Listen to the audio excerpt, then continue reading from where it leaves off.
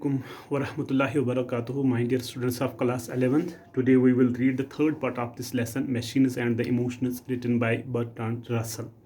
तो आज हम इसका फोर्थ पार्ट पढ़ेंगे और इंशाअल्लाह रहमान इसका एक और पार्ट रहेगा, फिफ्थ पार्ट में ही क्लियर हो जाएगा। चलो आज हम फोर्थ पार्ट पढ़ेंगे ऑन 158 पेज नंबर। ये थोड़ा टिपिकल है लेकिन समझना अच्छे से, लाइन टू लाइन पढ़ेंगे डियर। मीनवाइल machines deprive दपन meanwhile machines deprive us of two things। machines ने हमें दो चीज़ों से महरूम कर दिया। अच्छा, which are certainly important ingredients of human happiness. वो बेशक वो इंग्रीडियंट्स थे, वो मिक्सचर थे किसकी, ह्यूमन हैप्पीनेस के, जो दो चीज़ों से हम महरूम हो गए। नेमली स्पॉन्टेनिटी, जिसे हम बेसाख्तगी कहते हैं, एंड वैरिटी, और बहुत सी मतलब डिफरेंट काइंड्स वैरिटी। इन दो चीज़ों से, स्पॉन्टेनिटी एंड वैरिटी से हम महरूम हो गए with the help of machines. Machines have their own instants demands. इनके अपनी इंस्टेंट्स होते हैं, अपनी डिमांड्स होते हैं। A man who has expensive plant, जिसको एक आदमी जिसके पास एक एक्सपेंसिव एक अच्छा सा प्लांट फैक्ट्री हो, मस्ट कीप इट वर्किंग, उससे वो लगातार चलाना चाहिए। मतलब अगर इंसान के पास कोई एक्सपेंसिव प्लांट मीन्स कोई फैक्ट्री हो, उससे वो फैक्ट्री कंटिन्यू रखनी चाहिए, उसे वो चलानी चाहिए। And of course conversely the great from the point of view of the emotions is it is regularity. तो अगर हम इमोशंस व्यू से देखेंगे, इमोशंस के नज़रिए से देखेंगे, तो इसमें क्या है, इसमें रेगुलरिटी है। मतलब हर एक इंसान सुबह आता है मशीन का स्विच ऑन करके, जब मशीन बंद हो जाएगी तभी मशीन बंद हो जाएगी। अच्छा, and of course conversely the great objection of the emotions from the point of view of the machine is their irregularity. और मशीन्स इरेगुलरिटी मशीन्स हमें यहाँ पे इरेगुलरिटी दिखाते हैं। किस लिहाज से हमें ये इरेगुलरिटी दिखाते हैं? मैन रेगुलरिटी दिखाता है, मतलब मशीन्स जो है वो इसने इंसान को गुलाम बना दिया है। सुबह सवेरे इंसान आता है, उसका स्विच ऑन करके, जब खाना खाने बैठता है तो स्विच ऑफ करके, जब शाम को छुट्टी करते हैं तो स्विच ऑन ऑफ करके। तो ये चीज़ें जो होती हैं, इससे इंसान क्या बन गया है, रेगुलर बन गया है। और मशीन्स जो इमोशंस क्रिएट करती है, उससे इंसान बन गया है इरेगुलर। अच्छा, as the machines dominates the thought of people, वो इंसान की सोच को डोमिनेट करते हैं। क्यों? हु कंसिडर देमसेल्व्स सीरियस, वो अपने आप को सीरियस समझते हैं, मतलब वी आर समथिंग सीरियस समझते हैं, मतलब इंसान ही हमें कंट्रोल करता है। He is a regular and we are in irregular. अच्छा, the highest praise they can give to a man is to suggest that he has the qualities of machine.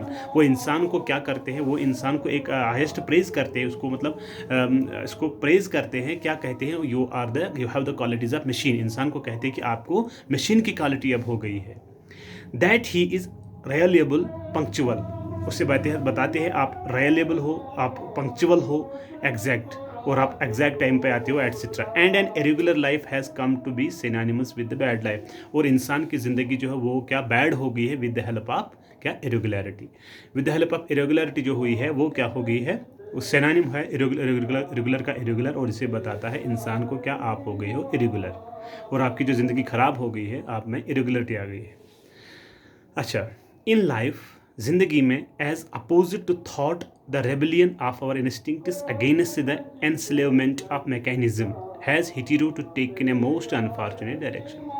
ये हमें ये बताता है इमोशंस के ज़रिए इंसान ने बगावत क्यों स्टार्ट कर दी। इंसान ने इसलिए बगावत स्टार्ट कर दी क्योंकि इंसान अब मशीनों का गुलाम बन चुका है, इसलिए अब वो बगावत स्टार्ट करना चाहता है। यार मैं सुबह सवेरे आता हूँ, मुझे मशीन के हिसाब से चलना पड़ता है, इसीलिए एक इंसान ने बगावत स्टार्ट करना शुरू कर दिया। किन के खिलाफ? मशीन्स के खिलाफ। इसीलिए बताता है मशीन्स एंड द इमोशंस, जो हमने टाइटल में पढ़ा है, क्या डिस्ट्रॉय मशीन्स इमोशंस करते हैं या इमोशंस डिस्ट्रॉय मशीन्स करते हैं। The impulse to war has always existed since men took to living societies। तो ये जो जंग है ये पहले से ही शुरू हुआ जब एक इंसान ने सोसाइटी में रहना शुरू कर दिया। बट इट डिड नॉट, लेकिन ऐसा नहीं हुआ, in the past have the same intensity of virulence means जहरीलापन, मतलब एक इंसान में जहरीलापन, कड़वापन आ गए है, as it has in our day, जैसे आज के दौर में हम देखते हैं। इन द 18th सेंचुरी में इंग्लैंड एंड फ्रांस, जो ये दो सुपर पावर कंट्री है, हैड इन्यूमरेबल वार्स, उन दो कंट्रियों ने आपस में बहुत से जंग लड़े उन दोनों ने। एंड कंटेंडेड फॉर द हेजमोनी, वो किस लिए लड़ रहे थे? ताकि अपने आप को वो बालातर साबित करने के लिए जंग लड़ रहे थे। दुनिया में वो अपने आप को हेजमोनी क्रिएट करना चाहते हैं, that we are dominate countries, दुनिया को दिखाना चाहते हैं कि हम बालातर कंट्री है। But they like it and respected each other the whole time, लेकिन हर वक्त उन्होंने आपस में एक दूसरे से बहुत रेस्पेक्ट किया। Officer prisoners joined the social life of the captors बोलते हैं अगवा कुन जिनको हम अगवा करते हैं। प्रिजनर्स बोलते हैं जो जेल में होते हैं।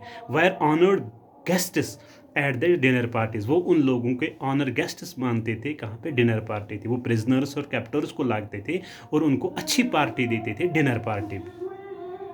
अच्छा, द ग्रेट फोर्सिटी मीन्स भयंकर, the great ferocity of modern war, जो भयंकर वार हुआ है इस ज़माने में, was attributable to the machines, वो किसकी वजह से हुआ है, वो किन की वजह से हुआ है, वो मशीनों के ज़रिए से, ज़्यादा मशीनों की वजह से हुआ है। मतलब जो भयानक कुन वार जो आज मॉडर्न टाइम्स में हुआ है वो मशीन्स की वजह से हुआ है। अच्छा, विच ऑपरेट इन 3 डिफरेंट वेज, ये जो मॉडर्न टाइम्स में ये वार भयंकर वार हुआ है ये 3 टाइप्स, ये 3 मतलब डिफरेंट वेज से हुआ है। अच्छा, first they make it possible to have larger armies, पहले इसलिए हुआ कि दोनों कंट्री ये बताती कि हमारे पास ज़्यादा से ज़्यादा आर्मी है। Secondly they facilitated cheap press, उन्होंने दूसरी टाइप के क्या लिया, चीप प्रेस, सस्ता प्रेस खरीद लिया उन्होंने, मतलब हर कोई उनके आगे झुकता था और जो प्रेस थे वो कुछ ना कुछ खबर बढ़वाते थे, कुछ ना कुछ खबर फैलाते थे, जिसकी वजह से जंग ज़्यादा से ज़्यादा फैल गई।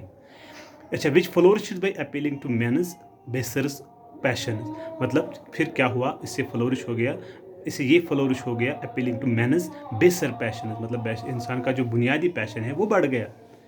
Thirdly, and this is the point that concerns us, they starve an anarchic spontaneous side of human nature, उन्होंने क्या करना शुरू कर दिया, एनार्किक मीनस डिसऑर्डरलाइनेस, मतलब गैर वाज़िया, जिसे बोलते हैं हम आदमी, मतलब जिसे कौन बोलते हैं हम गैर वाज़िया स्पॉन्शियस साइड ऑफ ह्यूमन नेचर, उन्होंने इंसान के साथ, इंसान के लिए गैर वाज़िया रिश्ता जोड़ लिया, मतलब इंसान को अच्छी तरीके से उन्होंने नहीं देख लिया। Which works underground producing an obscure discontent, मतलब गैर वाज़िया बहुत ज़बरदस्त जंग हुई, गैर वाज़िया जंग हो गई और आदमी इत्मीनान, उन लोगों को बेचारों को कंटेंट इत्मीनान नहीं मिल गया, वो बेचारे हर हमेश में गैर इत्मीनान में रहते थे। To which the thought of war appeals to the affordable possible relief, तो ऐसा होने लगा कि गुंजाइश की बात नहीं रही कि इसमें जंग होता गया। It is a mistake to attribute, ये एक मतलब क्या मिस्टेक है, क्या है, मिस्टेक है ये एक, तो attribute a vast upheaval like the late war merely to show the mechanism of the politician, मतलब फिर क्या होता है, अपहिवल किसको बोलते हैं हम, इनकलाब, तो इन बेचारों के दरमियान इनकलाब की कोई बात नहीं आ रही थी, वायर मेयरली द मैकेनिज्म, क्योंकि ये लोग साजिश कर रहे थे। अब पॉलिटिशियंस के खिलाफ, मतलब पॉलिटिशियंस के खिलाफ अपहिवल बता रहे थे, वो साजिश कर रहे थे उनके खिलाफ। अच्छा, इन रशिया में perhaps such an explanation would have the great advocate, मतलब ये काफ़ी बताई गई है, that is one reason why Russia fought half heartedly, Russia के लोग हाफ हार्टेडली क्यों लड़ रहे थे, वो दिल से क्यों नहीं लड़ रहे थे, and made a revolution to secure peace, वो लोग चाहते थे कि हमारे मुल्क में अमन हो जाए, वो नहीं चाहते कि हम जंगो जिदल करें जिससे मुल्क नुकसान में हो जाए, हम वो नहीं चाहते कि मशीनों से के ज़रिए आग उठाया जाए, वो चाहते थे कि हमारे मुल्क में अमन हो जाए। But in England, Germany and United states, in 3 country में इन 1971 नो गवर्नमेंट कुड हैव विदस्टूड, कोई कंट्री ये बर्दाश्त नहीं करती थी the popular demand of war, कि हम जंग लड़ना चाहते हैं। A popular demand of this sort must have an instinctive, मतलब इसमें जिबली पैदा हुई बेसिस, मतलब वो यही चाहते थे कि हम जंग ना करें। And for my part I believe, author कहता है कि जैसे मेरा ताल्लुक है, मैं यकीन करता था that modern increase in war like instincts in attributable to the dissatisfaction, मतलब अगर कोई जंग लड़ेगा तो मनसूबी ही होगा, उसमें डिससेटिस्फैक्शन होगी, मोस्टली अनकॉन्शियस, कोई मतलब ज़्यादा अनकॉन्शियस इंसान में होगी, तभी वो जंग लड़ते थे। काज्ड बाय द रेगुलरिटी, वो किससे होती है, रेगुलरिटी से होती है, मोनोटोनी जिसे बोलते हैं, एकरसता एंड टेमनेस ऑफ मॉडर्न लाइफ, मतलब बोधापन ऑफ मॉडर्न लाइफ में वो ज़्यादा फंस गए थे और वो ये नहीं चाहते थे कि हम जंग से जंग लड़ें। Thank you. Tomorrow we will complete the last part of this.